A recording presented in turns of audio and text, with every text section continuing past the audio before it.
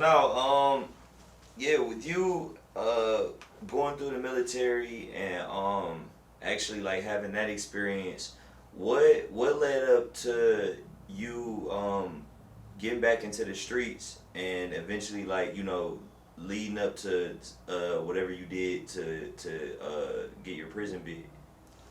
What happened with that was having too much time on my hands when I was in the military because I missed the deployment.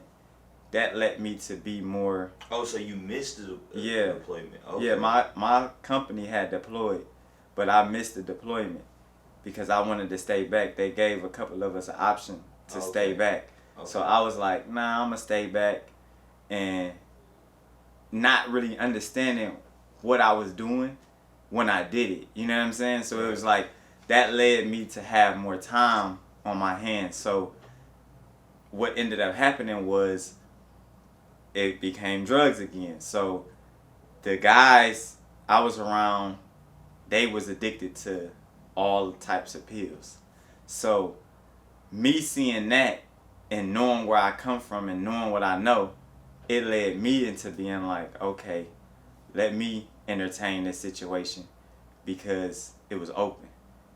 When something wide open, it's kind of hard for me not to be like, okay, let me see if this is an opportunity.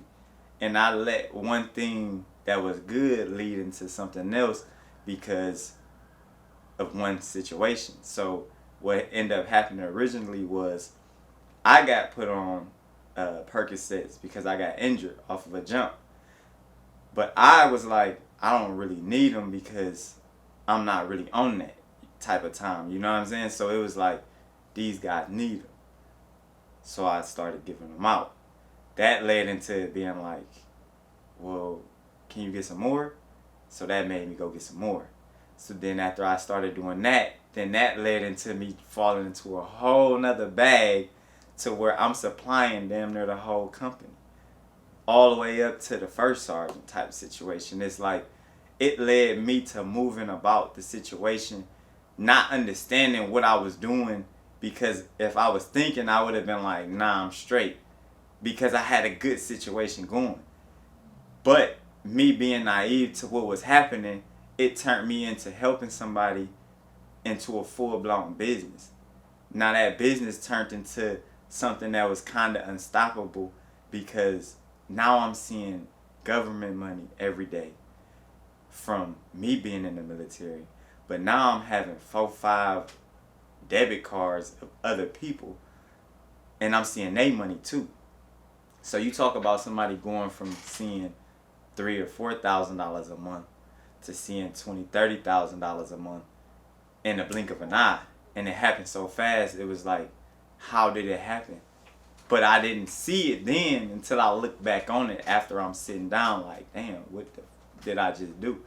You know, and at one point it was like I was facing like 108 years for the damage that I had done, according to them, to the military and to everybody around me, because other people may have jumped on the bandwagon just because of the situation had been so open. Because now I'm getting them imported, now I'm getting it from everywhere. So it's so much more than what me just going to go get a script. So that turned it into something so much bigger, and it became a whole operation to the point that I wasn't even going to work no more because they was covering for me to keep everything moving. Right. So it turned into a whole nother thing that I look back on and I'm like, dang, that kind of was crazy. And right. I really didn't even know the power I had then. Right.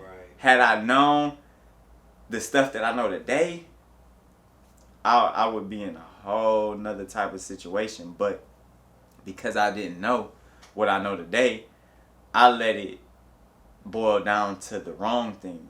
And it led me to going out bad versus going all the way up, because I didn't understand real estate. I didn't understand stock markets. I didn't understand business. Had I understood those couple things, or credit, I could have transitioned a lot of stuff into a whole different type of bag, and maybe not even had to have done it as long as I was doing it and being stuck into it. But I don't even know if if I did know what I knew, if I would have just gotten out of it, because I was into the lifestyle so much that it was like, it was empowerment.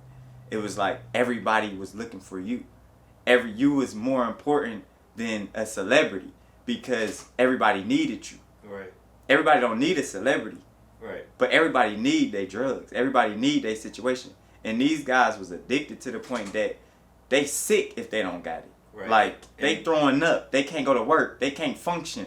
They body shutting down. Right. Them type of situations. And that turned it into a whole another world. And it was like, I was just the go-to, you know? And they kept trying to figure out, like, who else was involved and what all this was. And it was like, it's me. Like, they trying to figure out who else, and it was nobody else. So that's what turned it all the way down to me taking my actual plea, because I let them know, like, it was nobody else. It was just me. Right. But they wanted it to be something much bigger because of how they seen the operation. Right. Because they had started watching me because somebody pissed hot, because you got to take the piss test.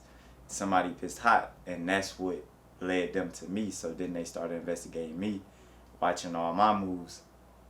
And they eventually start noticing, like, how does this guy got so many cars, so many different houses he's at? How is he moving like this and he's not even going to work and they're not saying nothing? What's going on? And that became a whole situation. Once they cracked down on it, it was like, dang, y'all really just had a whole operation going that we didn't even know what was happening, bro. Like, it just happened that way.